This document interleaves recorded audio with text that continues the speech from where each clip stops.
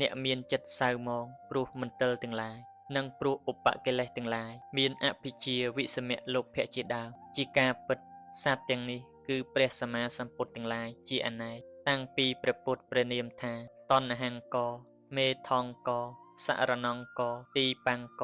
ដែលបរិនិព្វានក្នុងកាប់តែមួយប៉ុណ្ណោះខាងដើមតាំងអំពី4អសង្ខ័យ100,000កាប់ដែលកាប់នេះចុះមកដល់រាប់ដល់ព្រះពុទ្ធព្រះនាមថាសក្យមុនីជាទីបំផុតព្រះបច្ចេកពុទ្ធច្រើនរយឯព្រះអរិយសាវកទាំងឡាយទៀតរាប់មិនបានបណ្ដែតបន្ទិលផ្លូវចិត្តទាំងអស់ដល់សេចក្តីបរិសុទ្ធយ៉ាងក្រៃលែងដោយផ្លូវនេះប៉ុណ្ណោះការបញ្ញត្តិសេចក្តីសៅមងនិងភោរផង់ដោយបន្ទិលព្រោះរូបតែម្យ៉ាងមិនមានសំពិតដូចពាក្យដែលត្រាស់ទុកថារូបេនៈសង្កលិទ្ធេនៈសង្កលេសន្តិមេរវីរូពេសុទ្ធេវិសុច្ឆន្តិអនខាតាំងមហេសេនាចិត្តតេនៈសង្កលិទ្ធេនៈសង្កលេសន្តិមេរវីចិត្តតេនៈសុទ្ធេនៈចិត្តតេសុទ្ធេវិសុច្ឆន្តិអតិវុតតាំងមហេសេនាព្រះពុទ្ធទ្រង់ស្វែងរកគុណដ៏ធំក្រៃលែងមិនបានត្រាស់ទូមានថាអ្នកទាំងឡាយមានរូបសៅមងហើយ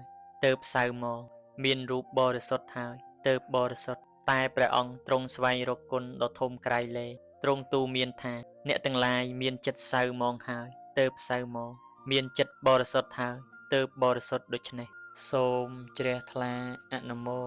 ទនា